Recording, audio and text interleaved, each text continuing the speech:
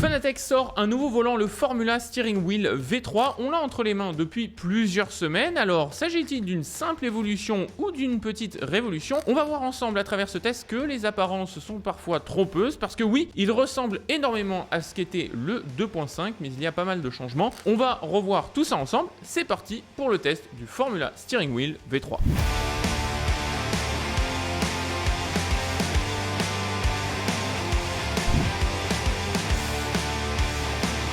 Avant de vous parler de ce qui a changé sur le volant et de la prise en main, il faut qu'on revienne sur l'historique de ce volant qui est ni plus ni moins qu'un des fers de lance de Fanatec depuis plus de 15 ans. La première itération est arrivée en 2012 avec la base CSW que les plus anciens simracers d'entre vous connaîtront. Et ce volant, il a été développé à la base avec Team Redline et notamment un de leurs pilotes stars qui est Gregor Houtou, Mr. Five Time, connu pour être 5 fois champion du monde des IWC GPS. Alors ça aussi, ça vous dira peut-être rien. Appelons ça l'ancêtre des F1 eSport pour iRacing World Championship Grand Prix Series. C'était le championnat du monde de F1 le plus connu et le plus réputé à l'époque, déjà avec 50 000 $ de cash prize, une optique et un objectif de performance. Team Redline devenu aujourd'hui Verstappen Sim Racing puisque c'est la team de Max Verstappen. Tout ça pour dire que ce volant là, il a été développé au départ autour de la performance et qu'il était extrêmement avant-gardiste en 2012 puisque vous aviez déjà un bon nombre de fonctions que l'on retrouve toujours 15 ans plus tard. Ce volant-là a ensuite évolué et a continué d'être le flagship de Fanatec avec la base CSL, donc évolution des bases à courroie plus accessibles, notamment arrivée sur PlayStation avec son itération F1 eSport lorsque Fanatec a récupéré le contrat en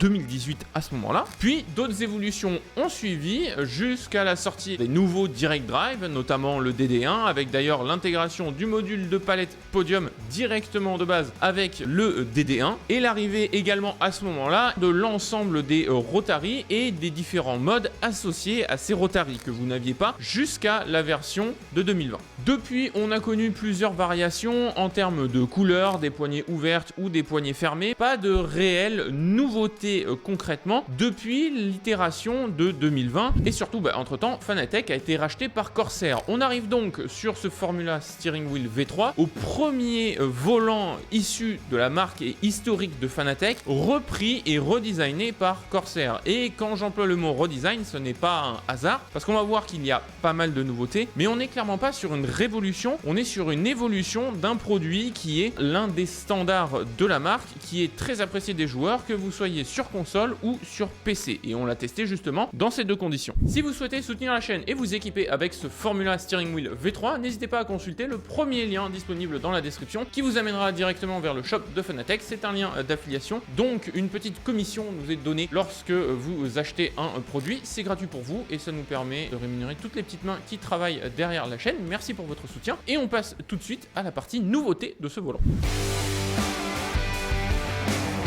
On parle donc d'une évolution, mais qu'est-ce qui change concrètement sur le volant? Alors c'est vrai qu'en termes de design extérieur, le premier truc qui va vous sauter aux yeux si on met les deux volants côte à côte, ça va être au niveau des Rotary centraux. Ils ont changé en termes de design et ils ont changé également en termes de fonctionnalité. Avant vous aviez un sélecteur central 4 positions et deux sélecteurs à 12 positions que vous pouviez d'ailleurs interchanger. Aujourd'hui, place à 3 sélecteurs de 12 positions qui peuvent d'ailleurs être comme d'habitude sur le logiciel de Fanatec, soit utilisé pour une simple fonction de monter ou descendre une valeur, ou alors chacune des positions détermine une fonction propre que vous avez mise dans votre simu, l'occasion de combiner des fonctions à travers ces Rotary. Puisqu'on parle des Rotary, le principal changement, il est sur les Rotary qui sont à l'intérieur du volant et au niveau de vos pouces. Et c'était l'une des principales plaintes et le principal défaut, je trouvais, de l'ancien volant, donc le 2.5, puisqu'en fait, ce Rotary-là était beaucoup trop mou par rapport au standard et au design qui existait même chez la concurrence, et celui-ci a été complètement retravaillé. Aujourd'hui, le cran cette fois-ci se ressent très bien, que vous jouiez d'ailleurs avec ou sans gants. Avant, avec des gants, il était plus ou moins difficile de savoir là où est-ce que vous vous positionnez. Personnellement, j'utilisais très peu ces Rotary-là. Ils ont désormais un bouton, vous pouvez directement appuyer dessus et y associer une fonction supplémentaire. Donc on est là aussi, encore une fois, sur un petit affinage, mais qui vient corriger l'un des plus gros défauts qu'il y avait sur l'ancien volant. En apparence également, cela vous aura sauté aux yeux. Je vous en ai pas pas parlé puisqu'on se concentrait sur les boutons de Rotary, c'est qu'il y a un petit écran central sur le volant. Alors on n'est pas sur un dash à proprement parler, hein. Comme vous avez des dashs sur d'autres volants avec de la couleur qui s'adapte sur Simub et où vous pouvez personnaliser les dashs, ce n'est pas la volonté de Fanatec à travers ce Formula Steering Wheel V3. Alors sachez que ce type de volant avec dash est en cours de développement et arrivera plus tard. Alors est-ce que c'est pour cette année, est-ce que c'est pour l'année prochaine? On n'a pas d'informations à ce stade, mais Fanatec est en train de bosser dessus. L'objectif à travers ce volant-là, c'était de dériver la technologie qu'ils avaient déjà sur notamment le GTDD Extreme qui a ce dash-là, et c'est exactement le même dash désormais qui est partagé entre le volant et la roue du GTDD Extreme et ce Formula Steering Wheel V3. Et d'ailleurs, c'est un choix qui est plutôt smart parce que ça veut dire qu'en termes de technologie et de software, la technologie est déjà écrémée, donc on évite d'avoir un certain nombre de bugs ou d'ajustements nécessaires au lancement. Et enfin, en termes d'économie d'échelle et de production, il y a une certaine logique qui a une incidence positive sur le prix dont on reparlera un petit peu plus tard. Autre bouton qui a changé, et là pour le coup c'est un petit peu plus fin à voir à la caméra, c'est que avant vous aviez à droite un funky switch et vous aviez à gauche un D-pad analogique. Le D-pad analogique n'est plus et aujourd'hui on a deux funky switch qui sont disponibles bien aussi bien pour des croix directionnelles que en rotation vers la droite ou vers la gauche, et également sélectables pour naviguer dans des black box ou dans différents menus. Vous ne manquerez jamais de boutons et de fonctionnalités. Fanatec ont été les premiers à amener et démocratiser ce bouton-là, parce que c'est vrai que même sur console, ils ont dû se rendre compte que le D-pad analogique était relativement peu utilisé par rapport au funky switch. Le dernier point important en termes de nouveauté, c'est au niveau de la structure du volant. Ça ne vous aura peut-être pas échappé, et en tout cas sachez que ça se ressent en jeu, on en reparlera dans la partie juste après. Le volant est plus grand que ce qu'il était. Il a gagné 20 mm. Avant on était sur une roue de 270 mm environ, et là on est sur une roue qui fait désormais 290 mm, un choix qui va dans les études faites par Corsair et par Fanatec vers un volant un petit peu plus grand qui convienne à un petit peu plus de monde, quitte à sacrifier un tout petit peu ce positionnement purement formule pour agrémenter un petit peu plus le GT3 et le prototype. Fanatec est extrêmement présent sur le marché de la console et notamment sur Gran Turismo, hein. C'est l'un des 3 constructeurs de matériel qui dispose de la puce PlayStation et qui a un partenariat officiel avec eux. Donc forcément il faut aussi convenir à cette audience qui est l'une des principales acheteuses de ce volant là. Toutes les nouveautés dont on a parlé sont finalement des itérations et des évolutions bienvenues dans un produit qui est déjà écrémé, déjà bien connu et apprécié de la communauté. Il y a un certain nombre de points, on va voir, qui traduisent la future philosophie de Corsair et l'ouverture de Fanatec, ou en tout cas la réouverture de Fanatec en termes d'écosystème. Dernier point sur lequel je voulais revenir, parce que cet historique n'aura peut-être pas manqué à certains d'entre vous si vous avez déjà eu des produits de la marque. À un moment donné, pendant la phase de rachat et la transition entre le QR1 et le QR2, vous receviez les volants sans le quick release directement monté. Ce n'est plus le cas, le volant est directement livré avec le QR2, et d'ailleurs il est livré avec le QR en aluminium. On n'est pas sur le QR Light comme c'est le cas par exemple pour le GTDD Extreme, donc on a directement la structure en aluminium, bien rigide là-dessus aussi, donc gage de fiabilité et de meilleure finition. Enfin, il faut qu'on parle du prix, parce que le prix a perdu 10 € malgré toutes les évolutions que je viens de vous citer. On l'a vu d'ailleurs chez Fanatec, pas mal de produits ont connu des baisses de prix depuis le début de l'année 2026, et cette nouvelle sortie n'échappe pas à la règle, malgré le fait qu'on ait un dash, malgré le fait qu'on ait tout un tas de boutons et une structure qui soit complètement retravaillée. A noter également au niveau de la sortie que le volant est donc directement bien compatible sur PlayStation, parce que sur PlayStation la puce est liée à la base. Là il est monté sur le GTDD Pro, on l'a aussi essayé sur l'autre Simu avec le GTDD Extreme. Sur Xbox par contre, le volant n'est pas encore disponible. Si vous êtes plutôt joueur sur Forza ou sur F1 par exemple, il faudra attendre encore un petit peu, puisque là la puce Xbox est directement implémentée dans le volant. Attendez-vous donc à avoir encore quelques versions V2.5X disponibles, le temps d'écouler le stock et de valider la puce pour Xbox, de manière à ce que celui-ci arrive sur le marché sur cette console. Parce que oui, ce volant-là n'a pas vocation à vivre avec le 2.5, il s'agit encore une fois d'une évolution et d'un réel remplacement dans la gamme de Fanatec. Ce volant-là va devenir le volant Formule 1 typique de chez Fanatec et va complètement remplacer les Formula V2, V2.5 qui ne seront plus produits par la marque. Vous souhaitez progresser en sim racing et profiter davantage de votre matériel pour bien le régler et vous assurer de faire les bons choix en fonction de vos simulations, n'hésitez pas à aller sur raceclutchcenter.com, rubrique coaching, où on peut vous accompagner et vous aider à progresser plus rapidement sur vos simulations préférées avec des coachs spécialisés par jeu et ayant un palmarès dans l'e-sport à l'international. raceclutchcenter.com, le lien est dispo dans la description. Maintenant qu'on a parlé de toutes les nouveautés qui sont sur ce volant en jeu, qu'est-ce que ça donne et est-ce que ça en fait un meilleur produit que ce que ça n'était auparavant? Très clairement, l'addition de l'écran est bienvenue. Certes, ce n'est pas un écran avec un dash paramétrable sur SimHub, mais il comporte toutes les informations essentielles que vous souhaitez et est très bien implémenté dans le logiciel de Fanatec. Vous pouvez très facilement, avec d'ailleurs un autre bouton qui a changé de position, qui est le bouton du tuning menu directement disponible chez Fanatec, qui était avant juste à côté du petit écran sur lequel était affiché le rapport engagé et la vitesse à laquelle votre véhicule se déplaçait, qui est maintenant désormais sur la gauche, juste à côté du Funky Switch qui a été changé à cet emplacement-là. Et vous pouvez tout simplement, en appuyant dessus et en tournant la molette du Funky Switch de droite, changer les informations disponibles par rapport à votre position sur le circuit, le temps au tour que vous allez faire, votre meilleur tour, votre position, le nombre de tours restants. Vous avez également des informations système sur la voiture, si vous avez du contrôle de traction, si vous avez différents réglages de brake bias et tout un tas d'informations, on va dire de base, et qui sont suffisantes pour la très grande majorité des sim racers, notamment si vous jouez sur console, puisqu'il y a encore une fois une destination console là aussi sur ce volant, que ça soit sur l'écosystème Assetto Corsa, notamment pour ceux qui jouent à Assetto Corsa compétitionné, ou que ça soit sur l'écosystème Formula One, pas de problème là-dessus avec le dash volant et la télémétrie qui est très bien implémentée dedans. Petite note puisqu'on est sur la console par rapport à l'ITM, tout comme pour le GTDD Extreme, sur le cas de Gran Turismo 7, celui-ci n'est pas implémenté pour avoir l'ensemble des fonctionnalités disponibles sur le dash. Vous n'allez qu'avoir le rapport engagé et la vitesse de déplacement de la voiture. Vous n'allez pas avoir tous les autres systèmes disponibles directement dans GT7 par rapport à une question de remontée de la télémétrie sur le jeu et pas de paramétrage disponible sur SimHub, donc vous ne pouvez pas refaire le lien entre les deux par rapport à cet écosystème là. J'ai posé la question directement aux équipes de développement de chez Fanatec. Il faudra une mise à jour du côté de Gran Turismo pour avoir cette implémentation là. Est-ce que ça sera fait sur Gran Turismo 7 ou autre? Ça pour le coup on ne le sait pas. Tout est dans les mains de chez Polyphony Digital. En tout cas, le volant est prêt à le recevoir et le tout est déployable aussi bien dans l'écosystème Gran Turismo que dans l'écosystème du coup Formula Club Sport Steering Wheel. Si vous êtes sur Gran Turismo, donc l'attrait principal n'est pas au travers de l'écran mais bien des évolutions du volant et des fonctionnalités qui sont disponibles. Du côté justement de la console, vous allez très facilement vous y retrouver puisque l'ensemble des fonctionnalités présentes sur le 2.5 sont implémentées directement sur celui-ci. Donc vous allez très facilement naviguer dans les menus sur PlayStation, peu importe la simulation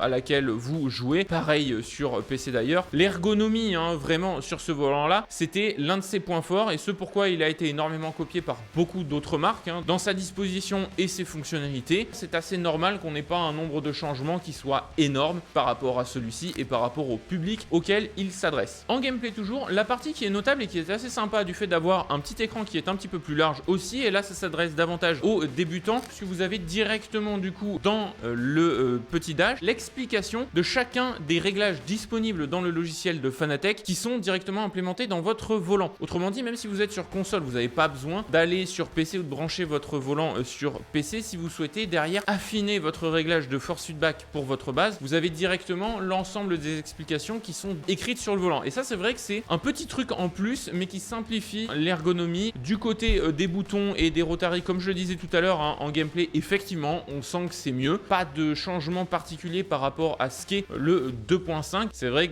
que oui, ça reste un des volants les mieux implémentés. Au niveau des grips, on est sur les grips qui sont en espèce de simili cuir, grippe un petit peu aéré, donc qui sont agréables. Que vous soyez d'ailleurs à main nue ou avec une paire de gants, vous allez pouvoir utiliser le volant facilement. Et le point en termes de gameplay sur lequel je suis peut-être un peu plus partagé et que je vous ai évoqué dans les nouveautés, l'agrandissement de la taille du volant. À titre personnel, c'est vrai que ce ce volant un petit peu plus grand, vous allez le ressentir en termes d'aisance, notamment au niveau de vos épaules, puisque vos épaules sont désormais un peu plus relax, vous êtes un peu moins resserré, mais aussi en conséquent j'ai trouvé un petit peu moins réactif puisque vous augmentez la circonférence du volant. Pour la plupart des gens, ça va vous convenir si vous roulez en Proto, en Formule ou en GT3, mais notamment sur le GT3 et la Proto qui ont des volants qui sont un petit peu plus larges. Pour mon petit cœur de puriste, c'est vrai que j'aimais beaucoup le fait que le Fana soit un volant qui soit plus petit de 270 mm. Mais encore une fois, c'est une appréciation purement personnelle, ça demande juste un temps d'adaptation et parce que j'ai une dizaine d'années finalement d'habitude autour de cet écosystème et de cette taille de volant, pour la plupart d'entre vous, je pense que ça vous conviendra davantage. C'est vrai qu'en discutant autour de la communauté, souvent, le fait d'avoir un 270 mm et d'avoir les épaules un petit peu resserrées en fonction de votre gabarit, ça peut être plus ou moins gênant. Là, pour le coup, ça devrait convenir à une plus grande majorité de sim racers. En termes de force feedback et le fait de gagner 20 mm, c'est pour ça que je souhaitais le tester à la fois sur le GT DD Pro qui est en 8 Nm ou en 5 Nm